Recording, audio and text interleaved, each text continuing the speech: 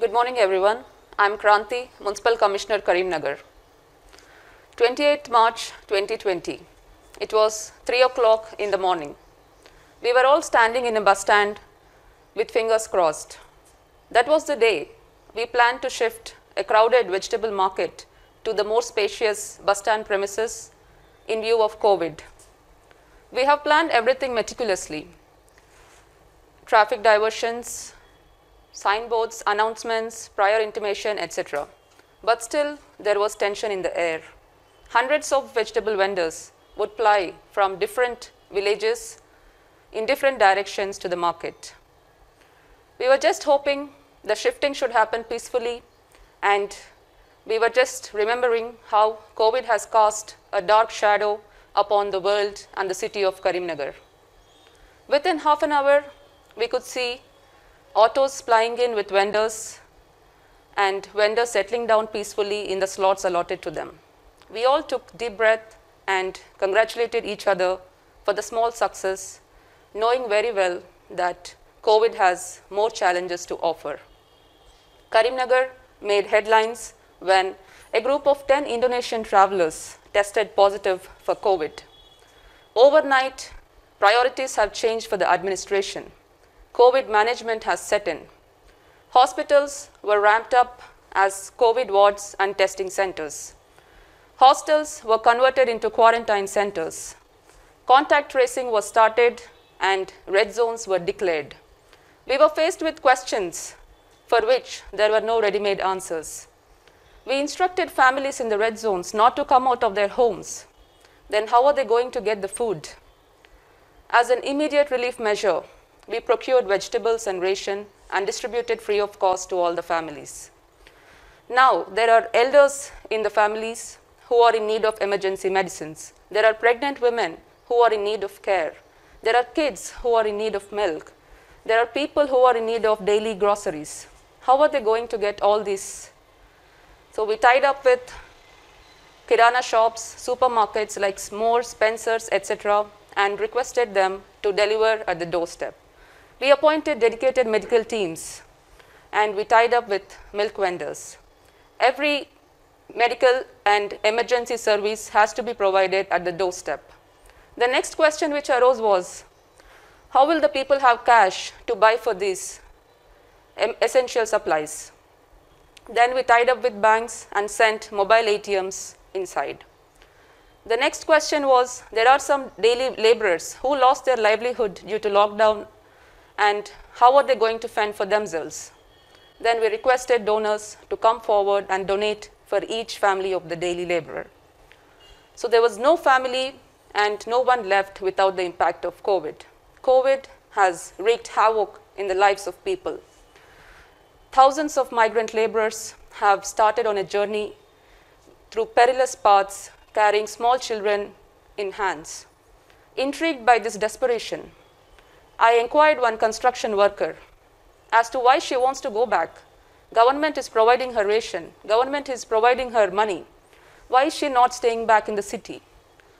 She said, it's the fear of not being able to see my parents and the fear of unknown which is driving me desperate to go back.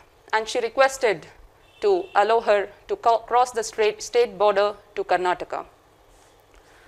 COVID is caused by novel coronavirus, and how it impacts the respiratory system, immunity system, and what are its long-term implications are still being studied.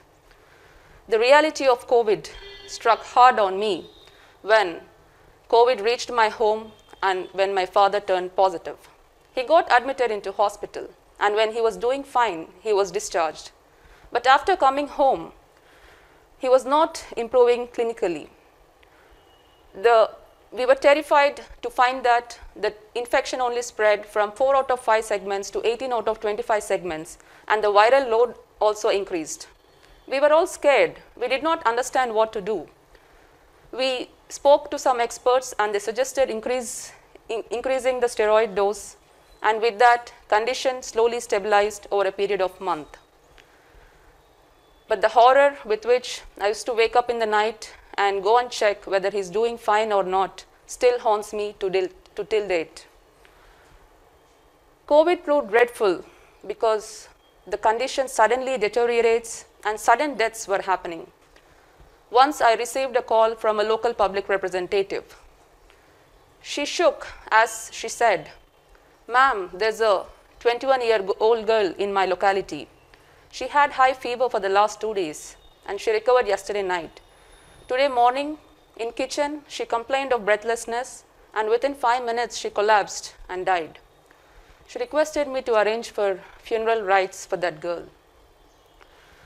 So those were very difficult times. We were not finding people to work for COVID duties.